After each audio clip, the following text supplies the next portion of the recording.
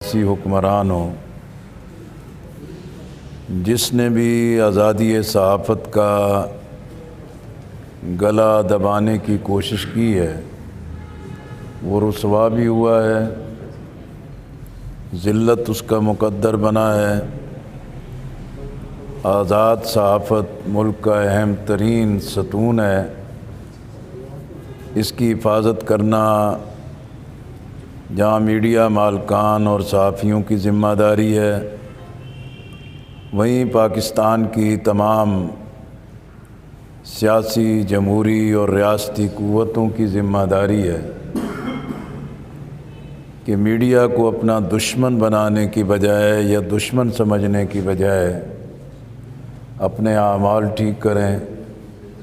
اپنا چہرہ ٹھیک کریں اور ملک و ملت کو جو درپیش مسائل ہیں اس کو حل کریں۔ عمران خان صاحب پاکستان کے وزیر اعظم بنے ہیں تو ماضی میں فوجی حکومتوں کی، مسلم لیگ کی، پیپلز پارٹی کی ناکامیوں کی وجہ سے لوگوں کو بڑی توقعات تھیں۔ پھر عمران خان صاحب نے اعلان کیا کہ وہ ریاست مدینہ کا نظام دیں گے اور پاکستان کو ایک اسلامی فلاحی ریاست بنائیں گے، اور اس مقصد کے لیے انہوں نے تبدیلی کا نعرہ دیا۔ سوا تین سال کی مدت کا اقتدار ان کا گزرا ہے۔ انہوں نے ریاست مدینہ کا مہذب نظام دینے کی بجائے ملک میں بد تہذیبی، بے حیائی، مادر پدر آزادی اور اسلامی اقدار کو پامال کرنے کے لیے ریاست کی طاقت کے ساتھ ایک ماحول مہیا کیا ہے۔ پھر انہوں نے اقتدار کی، اختیار کی طاقت کے ساتھ ملک کی سیاست کو منظم کرنے کی بجائے انتشار، فساد، تکبر، غرور اور ہر دوسرے شخص کی پگڑی اچھالنے کا جو حربہ استعمال کیا ہے، اسی وجہ سے آج مذہبی محاذ پر بھی، سیاسی محاذ پر بھی اور پورے سماج میں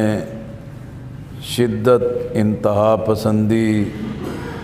اور عدم برداشت بڑھ رہا ہے۔ محمد ظفر صاحب، امیر جماعت اسلامی جنوبی پنجاب، جناب سید ذیشان اختر صاحب، نائب امیر جنوبی پنجاب، ضلعی امیر بہاولپور اور پریس کلب بہاولپور کے جناب شاہد اختر بلوچ صاحب اور ان کی نو منتخب پوری ٹیم، میں آپ کو مبارکباد بھی دیتا ہوں اور آپ کا شکریہ بھی ادا کرتا ہوں کہ آپ نے ہمیں موقع دیا ہے جہاں آپ کو آپ کے انتخاب پر مبارک پیش کریں،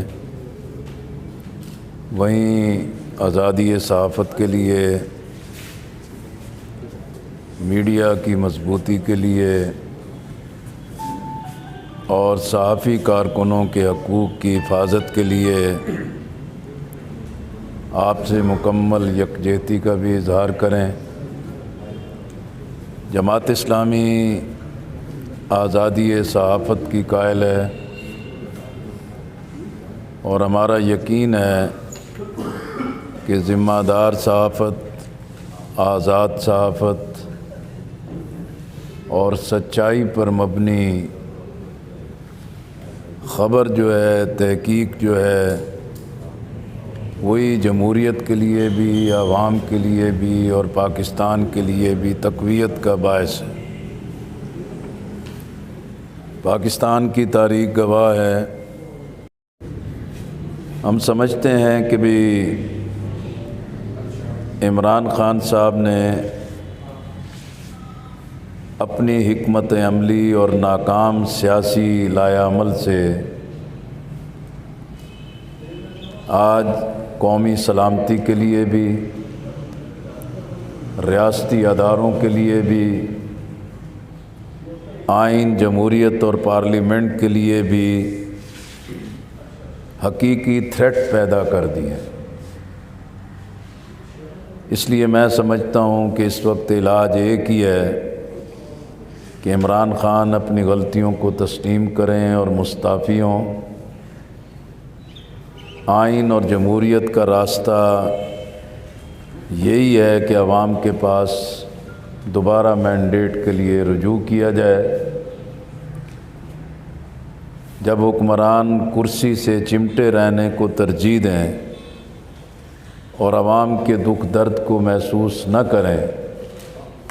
پھر ظاہر ہے کہ احتجاج پھوٹتے ہیں، پھر احتجاج کا لاوا پھٹتا ہے،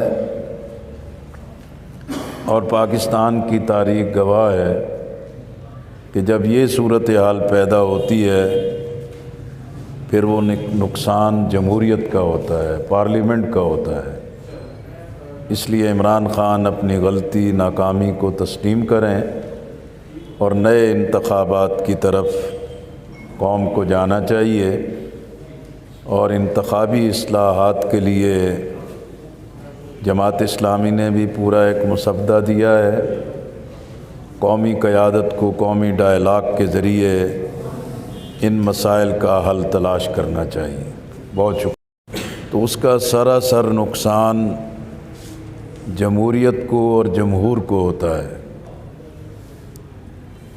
ہمارا آج بھی موقف ہے کہ پاکستان اسلامی اور خوشحال اسی وقت ہوگا جب قرآن و سنت کی بالادستی اور آئین کی اس کی روح کے مطابق عملاً نفاذ کیا جائے، اور پاکستان میں تعلیم کو اغیار کے حوالے کرنے کی بجائے قیام پاکستان کے مقاصد سے ہم آہنگ کیا جائے۔ اسی طرح معیشت میں سود کی لعنت،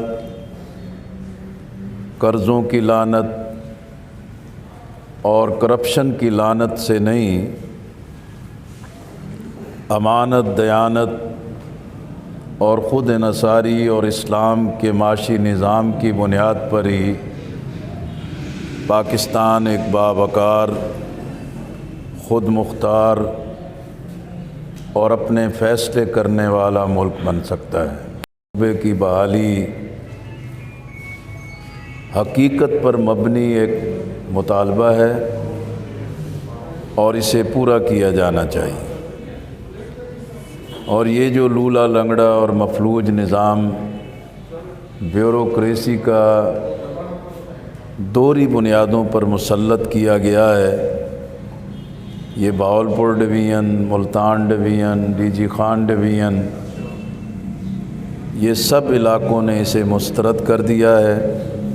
یہ عوام کی سہولت کی بجائے مزید مشکلات کا باعث بنا ہے۔ میں بلدیاتی انتخاب بھی اسی لیے نہیں کروائے جا رہے کہ پی ٹی آئی کے لیے شکست ایک نوشتہ دیوار ہے، اور ہم سمجھتے ہیں کہ جمہوری قوتیں اگر انتخاب سے فرار کا راستہ تلاش کریں تو یہ ملک کے لیے بھی اور عوام کے لیے بھی ایک بڑے مسائل کا سبب بنتا ہے۔ ہمارا مطالبہ ہے کہ بااختیار بلدیاتی نظام لایا جائے،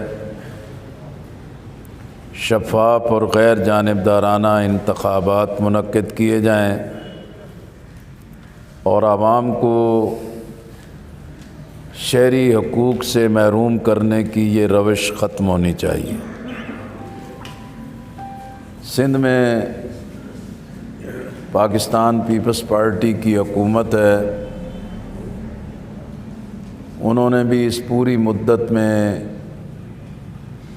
خود اپنے صوبے میں بھی بلدیاتی نظام کے لیے بہت ہی غیر سنجیدگی کا مظاہرہ کیا ہے،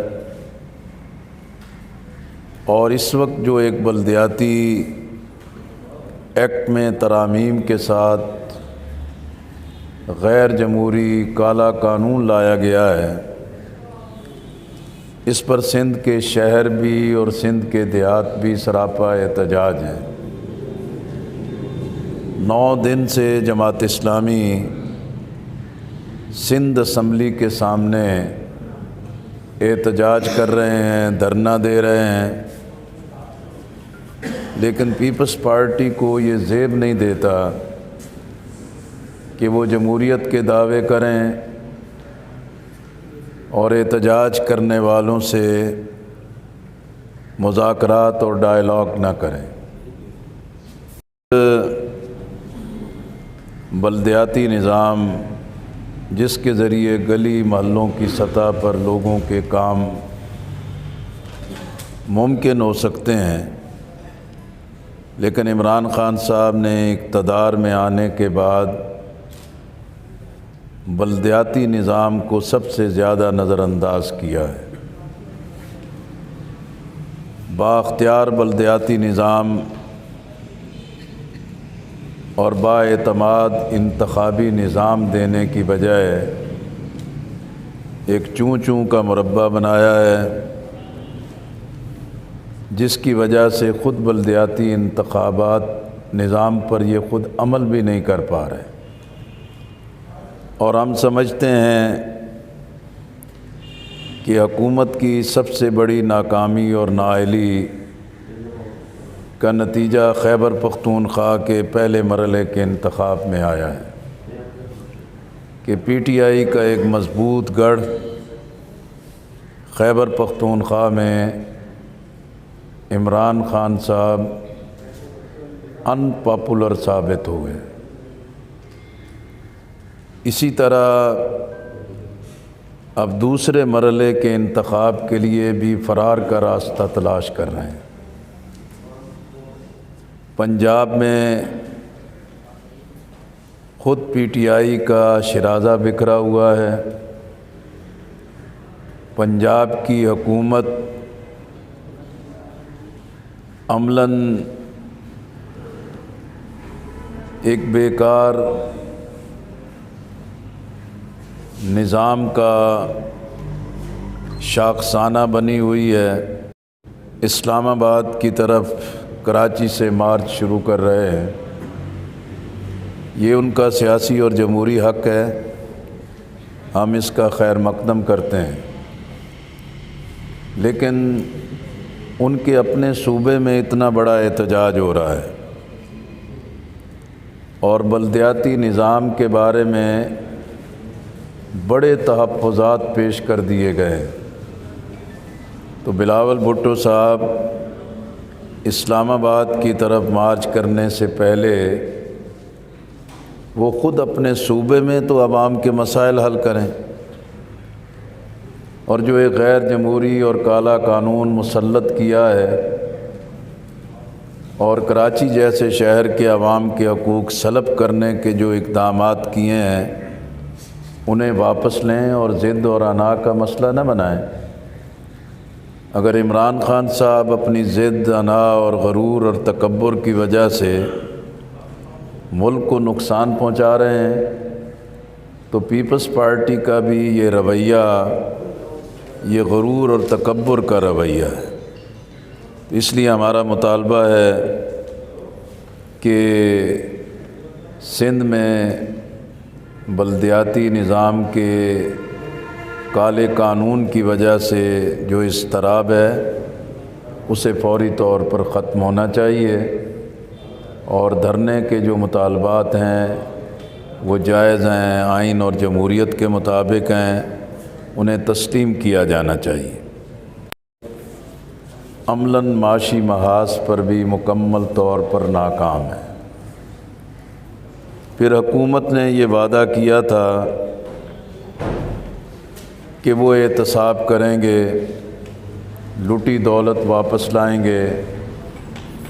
لیکن پی ٹی آئی حکومت احتساب میں بھی ناکام ہے، جو عوام کے خون پسینے کی کمائی لوٹ لی گئی، عمران خان واپس لانے میں ناکام رہے۔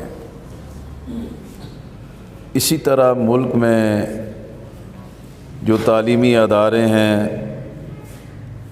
ان میں مسلسل لسانی علاقائی تعصبات بڑھائے جا رہے ہیں، پاکستان کی وحدت اور یکجہتی کو ناقابل تلافی نقصان پہنچایا جا رہا ہے۔ اگر اعلیٰ تعلیمی اداروں کی سطح پر ہمارا مستقبل اس طریقے سے غیر محفوظ بنا دیا گیا تو یہ پاکستان کے لیے ایک بہت ہی تاریک عمل ہے۔ ہم اس کی مذمت کرتے ہیں۔ اس حکومت نے یہ وعدہ کیا تھا کہ جنوبی پنجاب اور بہاولپور کی جو صوبے کی حیثیت ہے وہ بحال کی جائے گی، لیکن یہ 3.25 سال کی مدت میں عملاً کوئی پیش رفت نہیں کی گئی۔ آزادی جو ہے وہ بالکل مفلوج ہو کے رہ گئی۔ اس لیے میں سمجھتا ہوں کہ اگر ہم ایک مختصر جائزہ لیں تو اس عرصے میں پٹرول 45% مہنگا ہوا ہے، بجلی 30 روپے فی یونٹ تک پہنچ چکی ہے، افراط زر 12% تک بڑھ چکا ہے، 127 ارب ڈالر یہ بیرونی قرضوں کا بوجھ بڑھ گیا ہے، اور مجموعی طور پر 50,500 ارب روپے کے قرضے پاکستان پر ایک بڑا بوجھ بن گئے ہیں۔ افراط زر کی وجہ سے جو تجارتی خسارہ ہے وہ 9 ارب ڈالر تک پہنچ گیا ہے۔ جب بجلی، پٹرول، گیس مہنگا ہوگا،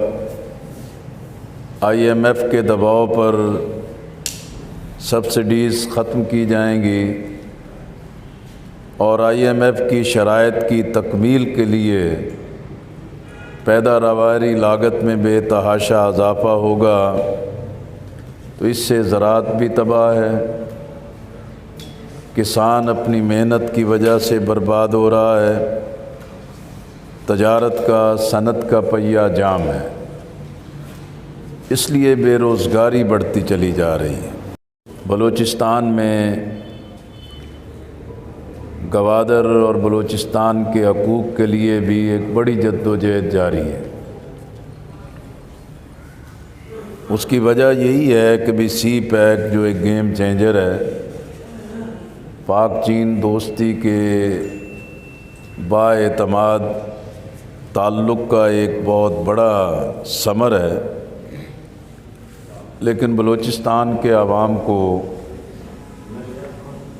بنیادی حقوق سے مسلسل محروم رکھا جا رہا ہے۔ ہمارا مطالبہ ہے کہ بلوچستان کے عوام کے مسائل کو حل کیا جائے۔ کل اتوار کو پورے ملک میں کراچی کے عوام سے، سندھ کے عوام سے یکجہتی کے لیے دن منایا جا رہا ہے۔ ہم تمام ڈسٹرکٹ ہیڈ کوارٹرز پہ کراچی کے عوام سے یکجہتی کے لیے مظاہرے کریں گے۔ اس وقت ملک کا اقتصادی نظام ایک بڑی تباہی سے دوچار ہے۔ مہنگائی، بے روزگاری،